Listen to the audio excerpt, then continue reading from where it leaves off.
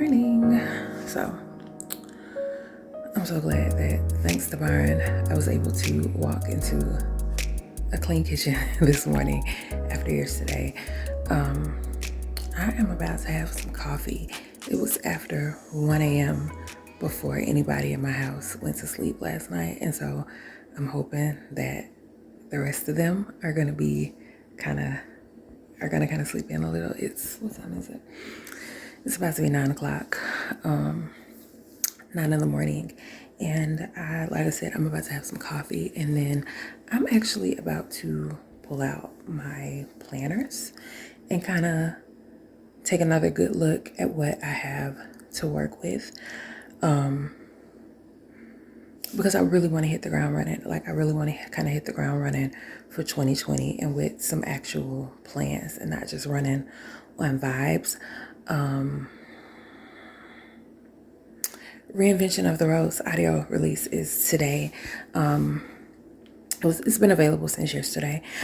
I'd actually put up a sample audio on YouTube, to kind of entice people or whatever. But so that's available. I need to finish putting together the newsletter. My virtual assistant had already done most of the legwork for me, but I have a few other things that I want to include in that, and then I'm going to send that out and, like, fingers crossed, hoping for the best. I actually got a royalty report this morning from commissions that I've done myself, so not like what production companies have done for me. And it just really kind of solidified. It really kind of solidified for me,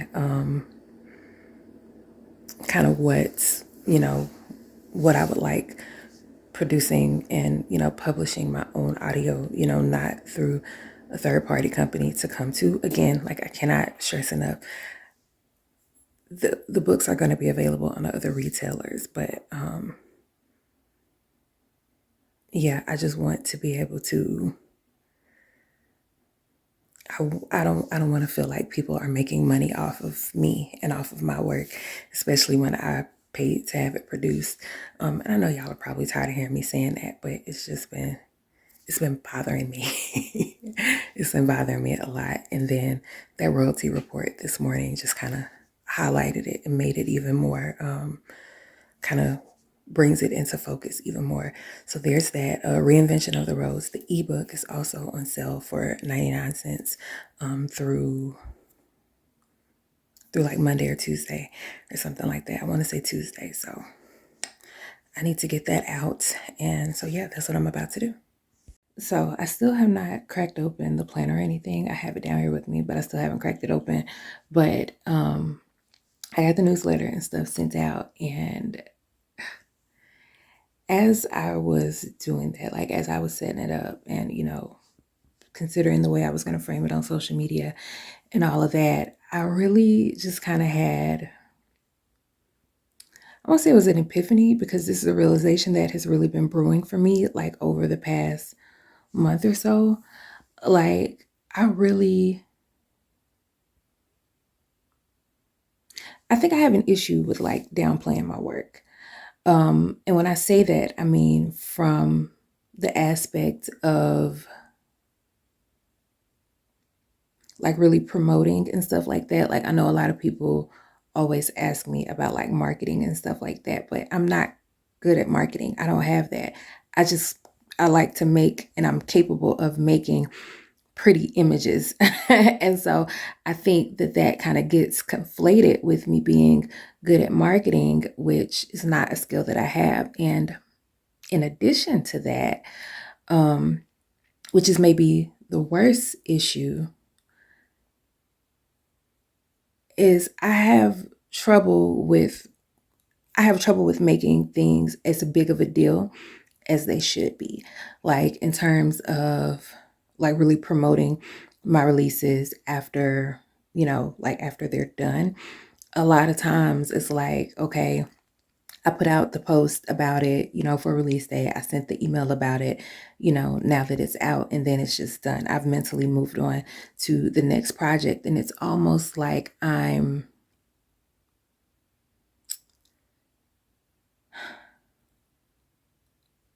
it's almost like I'm kind of embarrassed about it, and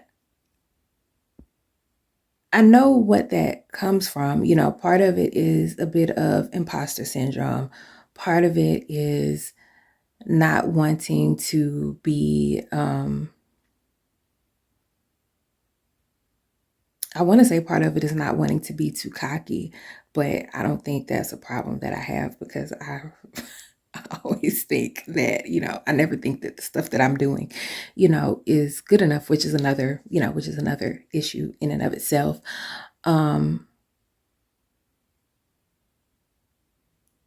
I don't know. Like I'm trying to really figure out and pin down in my head, and really wrap my brain around what is it that I need to do to kind of step more comfortably into my promotion process, because as much as oh, that's just like the reflection. um but as much as I forgot my train of thought. I'm sorry. But it's really not a thing of not being necessarily confident in my work, because that would be disingenuous. I feel like I'm a good writer, like that's not an issue.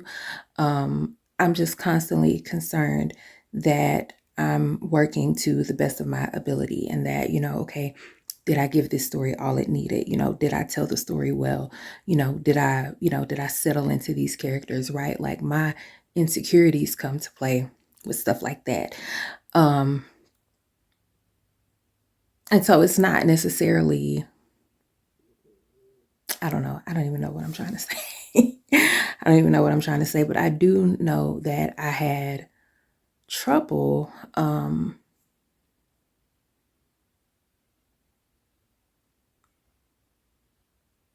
Like, I kind of have trouble with, again, just making things as big of a deal as they should be. It's kind of like, all right, I'm gonna post this real quick and then I'm gonna move on, so that I'm not obsessing about it. And I think that's part of it, because kind of early on in my career, I kind of gained a little bit of a complex around around certain things, especially as it related to, as it related to my work and people's reception to my work. Like, I was almost embarrassed by the fact that, readers would be excited for stuff that I was doing, or embarrassed that, I got a certain number of 5-star reviews, like different stuff like that, because part of, I think, the writers community, on the internet, there's a whole lot of self-deprecation, and there's a lot of negativity. And I'm not talking about like interpersonal negativity, even though there is some of that. I'm not really talking about that, especially as it relates to the Black indie romance community. But there's a lot of, well, everybody's first draft is trash, and I don't trust when authors get a lot of 5-star reviews. Just kind of stuff like that that has always struck me as weird. And I remember even being worried about the fact that I would have a lot of 5-star reviews, because people would imply that, okay, you must have purchased them, or they must be fake, or you must have, paid people to do that and stuff like that. Like, a lot of really weird stuff. And like, at the time that I first heard that one, it had never even occurred to me that people paid for reviews, like outside of like editorial reviews, like in newspapers and magazines and stuff like that. Like, and it never occurred to me that the author had paid for those. Like, I knew that the journalist or whatever was paid, but like it's just a lot. And I think that coming into that, when I was still kind of growing and learning as a woman, and I mean, I don't think that ever necessarily stops, but I was like 25 years old, and I was very uncertain about myself. 25-year-old, if that's even how old I was. I'm 33 now. So yeah, like 25, 26 years old. And there were just a lot of things that I internalized. Like, I had peers who, as I was finding my voice, like right as I was finding my voice, I had some people be really, really ugly to me. My peers be really, really ugly to me. And listen, thank God for Love Belvin, Tay Russ, Nicole Falls at that time, because listen, but anyway, when I had that situation happen, it was just a really dark place and a really dark time. And I think that even though I'm well past that, and even though, you know,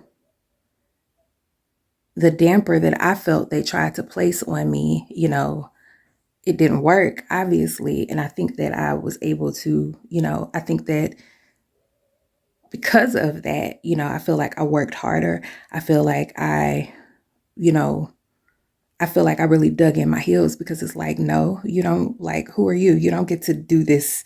You know, you don't get to do this to me. You don't get to, you know, you don't get to define me. I'm going to define me, and I'm going to do the hell out of it.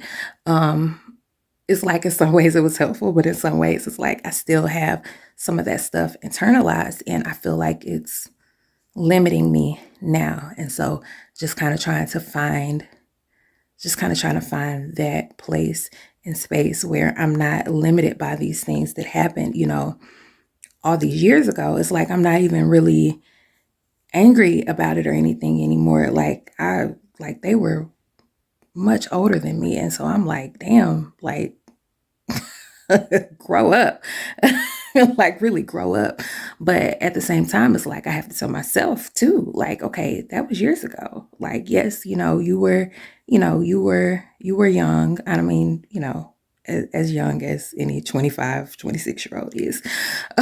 um, but it's like it's time to move past that, because it's still limiting me, even though, like I said, I'm not like actively angry about it or anything like that anymore. It just made me kind of distrustful. It made me kind of pull back, and I don't want to be in that place. And so I have to just kind of, you know, I have to push through that and push through those, you know, those kind of negative things that were, you know, that were placed on me at that time, or those negative things that I'm holding on to. You know, I have to take ownership and I have to take responsibility of that. But it's just funny thinking about the ways that stuff still still affects me, and still, you know, still limits me. But yeah.